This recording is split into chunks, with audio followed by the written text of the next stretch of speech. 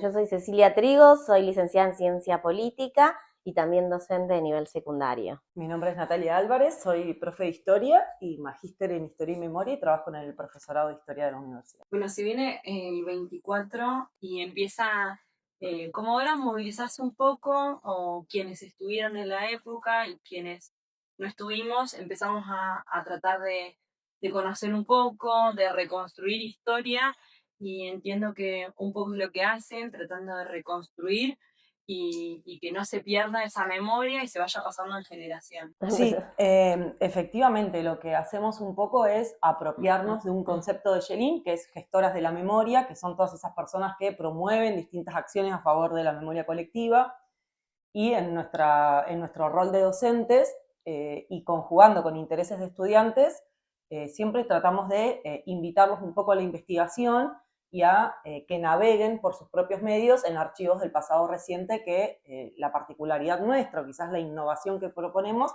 es que esos archivos sean de la región. Estamos como muy habituadas a trabajar terrorismo de Estado con materiales de las grandes ciudades, de Rosario, de Córdoba, de Buenos Aires, y bueno, un poco lo que hacemos es arrojar luz sobre el terrorismo de Estado en nuestra región. Bueno, la importancia también de tomar a los jóvenes, ¿no? Para trasladar esto, porque por ahí pensamos que si bien los usamos como protagonistas, para esto que decías de gestar esta memoria, son quienes después trasladan esto a las casas, ¿no? Y en definitiva se termina dando de manera en cascada y terminamos empapando a las familias, ¿no? Bien, la tarea un poco esto de ser también divulgadoras de la memoria con las y los jóvenes tiene que ver un poco con eso, en esto de trabajamos en la conformación también de propios archivos, de que ellos lleven esto a la casa, que puedan recabar información. Para nosotros es historia reciente, pero a ellos los interpela de otra manera. Entonces, llevar estos temas y poder construir propios archivos o tomar registros de historias de sus propias familias, también los interpela de otra manera y van construyendo esto de forma colectiva.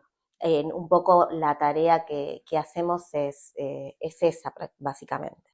En esto de ir investigando y decías, bueno, ir buscando testimonios o casos en Comodoro, ¿con qué se van encontrando tanto en esto que hablan del pasado reciente y también un poco de lo que nos atraviesa hoy en la actualidad, porque se siguen cerrando algunas cuestiones en el ahora, digamos, pero se van encontrando con distintas situaciones que desconocían? Sí, podríamos decir que hay como dos grandes tipos de archivos. Uno son los archivos que, digamos, se producen en el marco de la violencia estatal, que son archivos de inteligencia, que hay muchísimos de esos en el Archivo Provincial de Trelew, donde uno puede encontrar, y en los viajes educativos que hacemos, lo trabajamos con los estudiantes, encontrar todas las estrategias de perseguir e identificar lo que serían enemigos internos en la década del 70. Y después hay otra serie de archivos que están vinculados a la búsqueda por la memoria, la verdad y la justicia, que son de familiares. Entonces,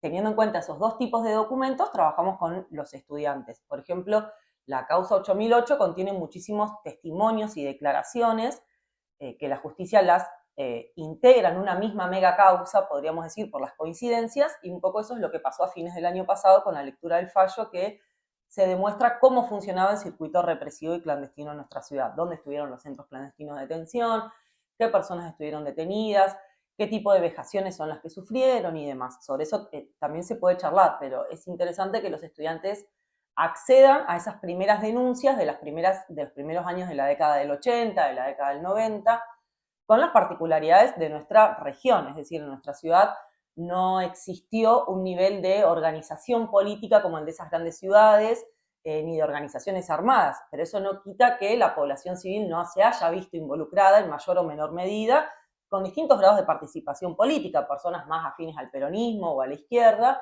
pero las detenciones que se dieron en esta ciudad son de vecinos y de vecinas solidarios, es decir, eran personas que no tenían necesariamente un grado de compromiso de activismo político con la lucha armada, sino más bien todo lo contrario. En esa causa hay detenidos policías, vecinos, rectores, soldados militares, es decir, es una causa que tiene esas particularidades de nuestra región y que a su vez nos habla de la particularidad de nuestro territorio, ¿sí? esto de que Rawson sea una cárcel de máxima seguridad para presos políticos en la década del 70, que implica para nuestra región, nuestro territorio, el vínculo con Chile, todo lo que fue el conflicto del 78, por qué la gente de Chile fue tan perseguida en la década del 70 en nuestra ciudad, en la parte de Alsina y Rivadavia, todos los controles que se hacían en esa comunidad, y bueno, y entradas en domicilios y otras investigaciones que están en curso, que no son estrictamente nuestro campo, pero que sí sabemos que esas investigaciones están en curso, y durante todo este año hay distintas actividades donde vamos a ir divulgando un poco esos avances que tenemos, que como vos decís,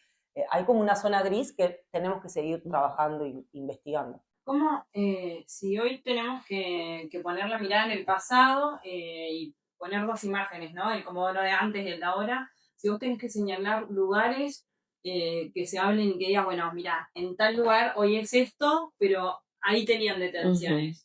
¿Tenés así enmarcado en algunos lugares? Hay huellas de memoria, le decimos nosotros. De hecho, en la tarea que hicimos en la última publicación, hemos hecho un recorrido en conjunto con el municipio, con el ente de turismo, que nos llevaron a hacer todo un recorrido. O sea, nosotros pusimos el conocimiento sobre estos sitios de memoria y ellos nos pusieron el transporte, y con un montón de profes, esto un poco para trabajar la pedagogía de la memoria, hicimos este recorrido. No sé, Nati, si quieres ir haciendo como un conteo de esos lugares puntuales que estuvimos visitando. Sí, hicimos una recorrida guiada, interpretativa sobre los centros clandestinos de la ciudad.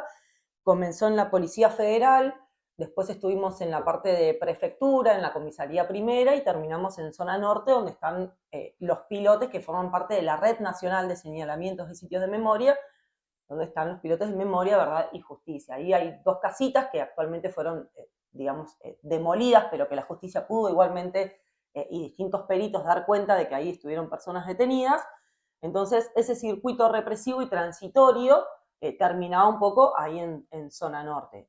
Lo que aparece en la causa 8008 es que las personas declaran haber estado detenidas en esos distintos lugares, ya sea por escalones de madera, aberturas de puertas, sonidos, distintas marcas de esos espacios que confirman para la justicia que efectivamente ahí estuvieron personas detenidas de manera clandestina. Y a su vez la desaparición de Guillermo Silveira en zona norte de la ciudad, que es, la persona desaparecida de nuestra ciudad. Sí. Es uno de los casos más resonantes, ¿no? Es la persona que desaparece en esta ciudad. Después hay otros desaparecidos que son de Comodoro, pero que desaparecen en otras ciudades que estaban estudiando o haciendo otro tipo de actividades, militando o no militando, porque los desaparecidos no son únicamente militantes. Sí, y ahí también entra lo que es tu familia, ¿no? Porque tenés un tío desaparecido. Que desapareció en Córdoba, en la ciudad de Córdoba. Él estudiaba arquitectura en la ciudad de Córdoba y desaparece. Bueno, hoy es desaparecido, y también estamos con esta noticia, ¿no?, de La Perla, porque la última vez que lo vieron es en La Perla, con estos 12 restos identificados, que bueno, justamente hoy va a ser el Juzgado 3 de Córdoba el anuncio.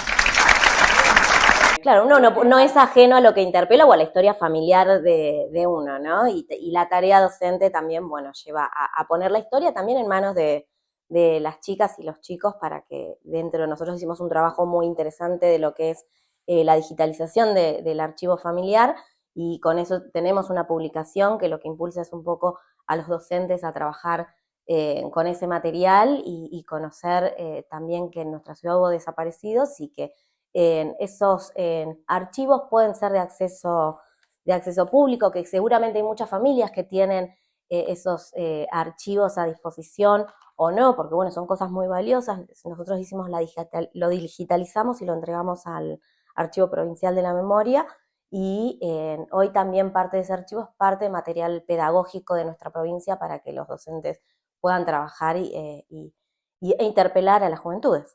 Y sobre esto que decías de imágenes como del pasado y del presente, sobre esto que decía Ceci, una figura que para nosotras es un poco un puente entre ese pasado y presente y la violación a los derechos humanos, es la figura de Iván Eladio Torres, digamos que es un caso que posiciona a la provincia a nivel internacional bueno, como el primer desaparecido en democracia, una desaparición forzada. Entonces, sin duda la ciudad tiene mucho para desandar en materia de derechos, de violación de derechos y de cómo construir memoria colectiva a partir de ese pasado.